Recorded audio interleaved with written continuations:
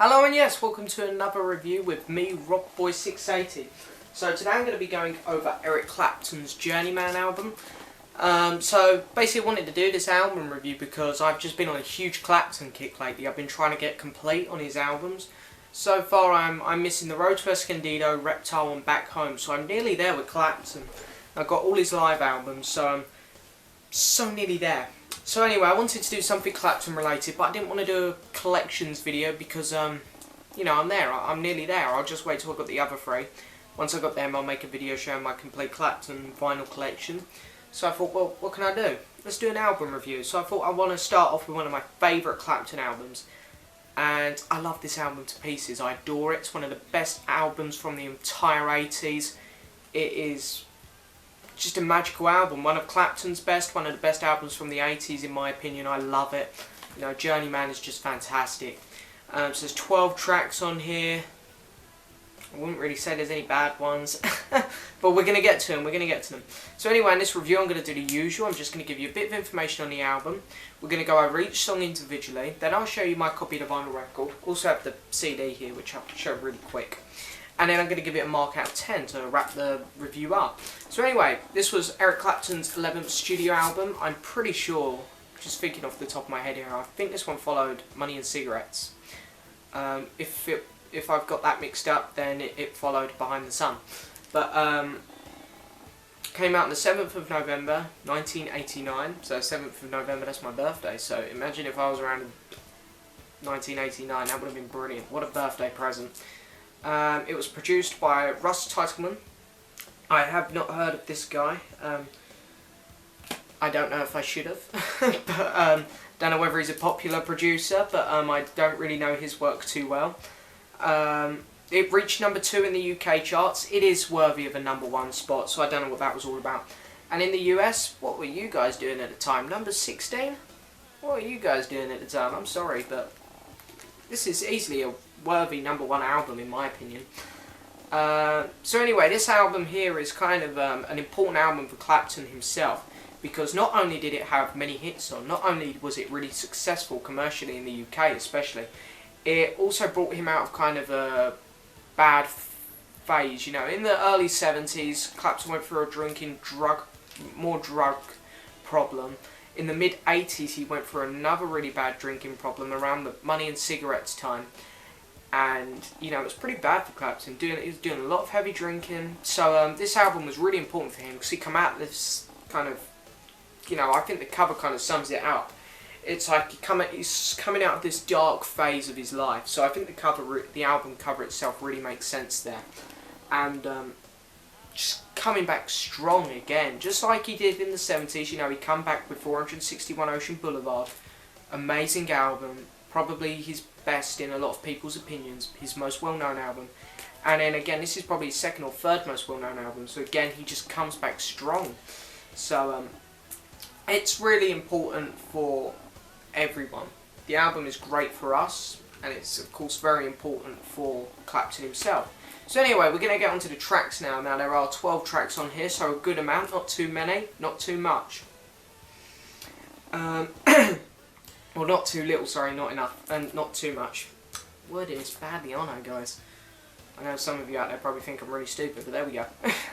Anyway, so we're getting on to the first track now. So it opens up with probably my favourite song on the album, Pretending. So Pretending is a great opener with kind of like a piano at the start, and it kind of maybe tricks you in the style that Clapton's going in, like it goes do-do-do-do-do, you know, you think, oh my god, is this going to be another attempt at an 80s album like Elton John's been doing throughout the whole 80s? And then Clapton just comes in with the guitar and he's like, nope, I'm still myself, I'm back. And you're just like, well done Clapton, great opening there.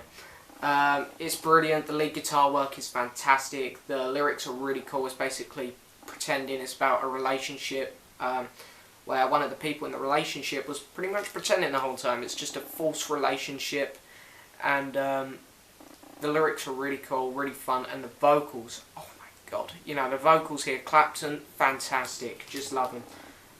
This is a 10 out of 10 song. I got nothing negative to say about this at all.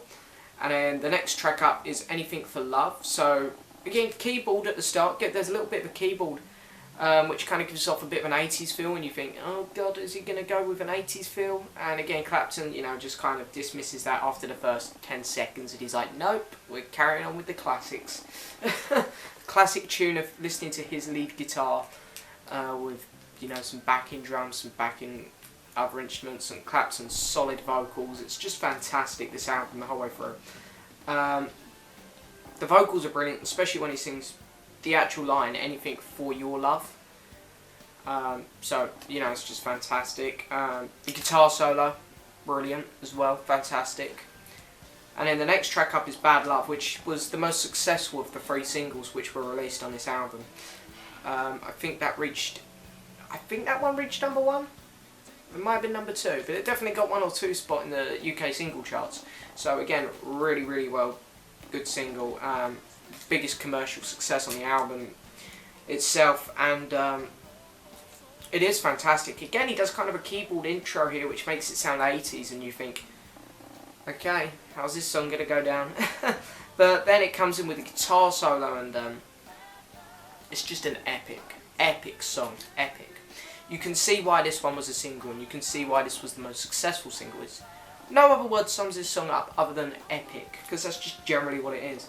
The tune is brilliant, the vocals are brilliant, ends with a great guitar solo. You know, he kind of saves the guitar solo to the end, and it's a really long guitar solo, it goes on for about a minute. And he even ends up coming back singing along over the guitar solo, and that kind of just stretches out the end of the song, which I really like. It's done so well, so it's fantastic. Next track up is also Bad Love was also had Phil Collins on that song as well, for those Genesis fans. Next track up is Running on Faith. So this is a fantastic song. I love the live version of it. I think the live version is actually probably better in my opinion. I think he sings it really well live, this one. But anyway, I love the lyrics. Brilliant. Probably the best vocal performance from Eric on the album. I think his vocal performance is pretty much solid the whole way through the album, but if I had to pick a best song which shows his vocals, I'd say this one. You know, it's a calmer, softer song. The chorus gets a little heavier with the vocals, which is why I really like the vocals actually. But so yeah, another really solid song. Next track up, Hard Times. So a much softer tone here. It's a little jazzy. Bit of a jazz number here from Clapton. And we know Clapton likes kind of the old school kind of stuff, because, you know, he's a blues artist. And of course, you know, if you've listened to his self-titled album from 2010, not the 1970s self-titled one, the 2010 one, which is just called Clapton. And he kind of does some old jazz numbers on there, like he does My Very Good Friend the Milkman, which is probably the best version of that song I've ever heard.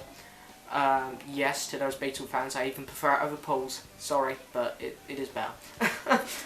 So it's a really, really solid song here. And of course, it's a jazz number, and you've got like kind of him doing his heavy guitar solos throughout the track as well. So it's a really fun song. It's brilliant. The track closing side 1 is Hound Dog, and no, it's not the Elvis Presley version.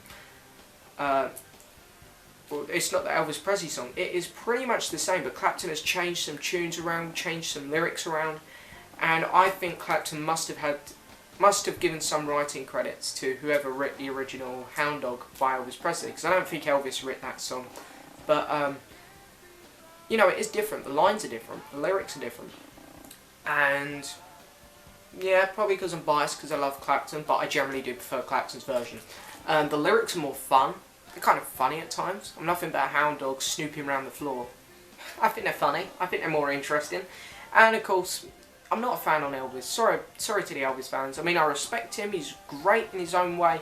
Just not my cup of tea. So I much prefer Clapton's vocal performances. I much prefer Clapton as an artist. So I definitely do prefer Clapton's version.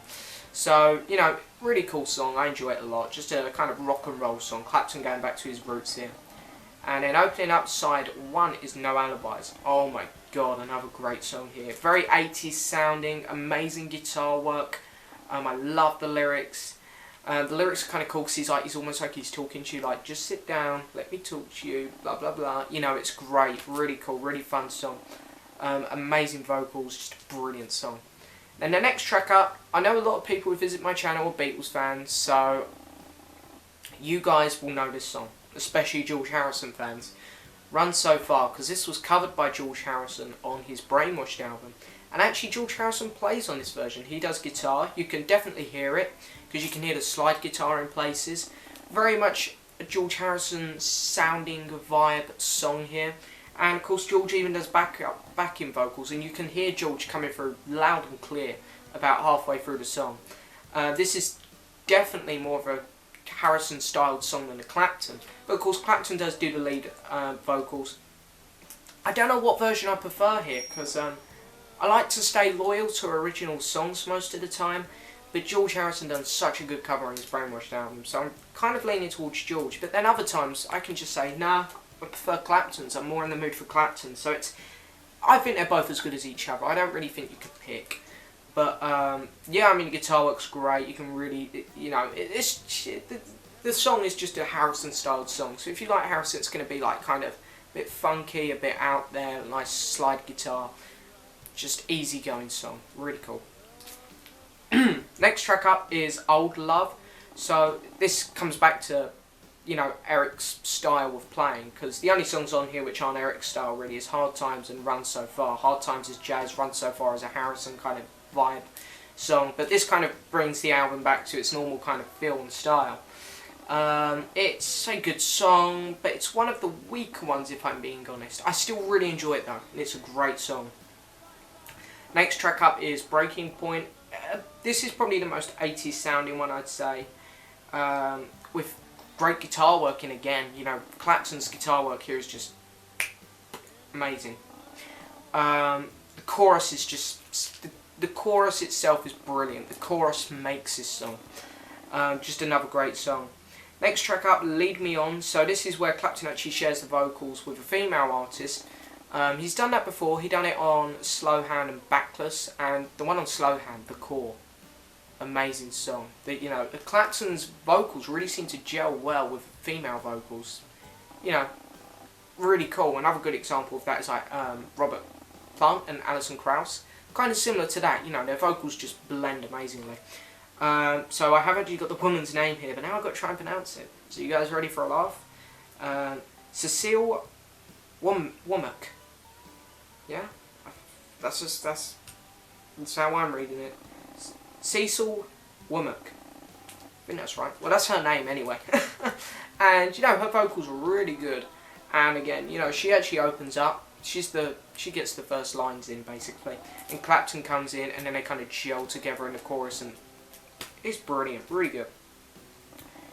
And you know, it's a slower song. But last track up is probably most people's favourites. I think this is even one of Clapton's favourites on the album, because he always seems to play it live. He played it live at Nebworth. He still plays it live today. It is Before You Accuse Me. So amazing guitar work, especially on the intro. You know, you get the song itself is just a really cool rocker.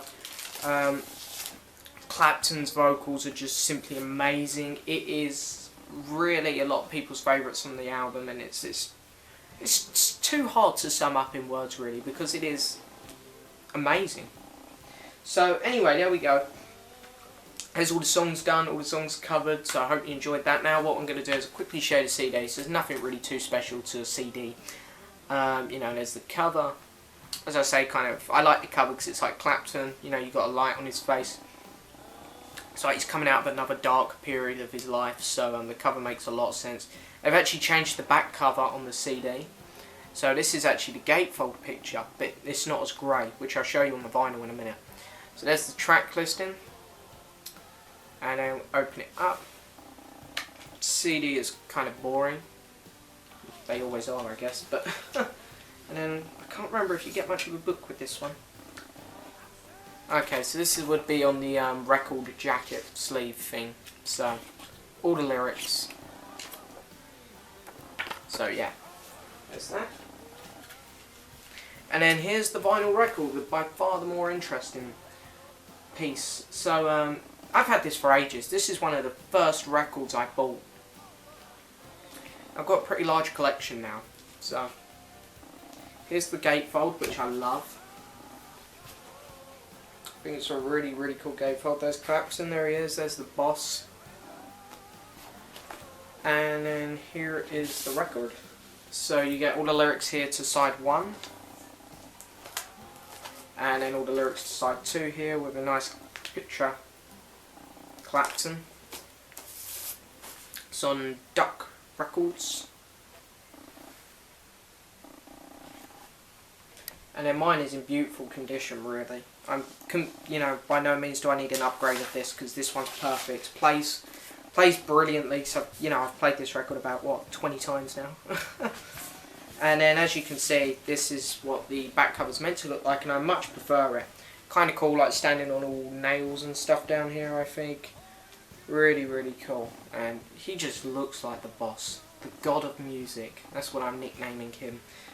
Well, his nickname in the 70s was God of Guitar or something like that, so I think the God of Music pretty much sounds right.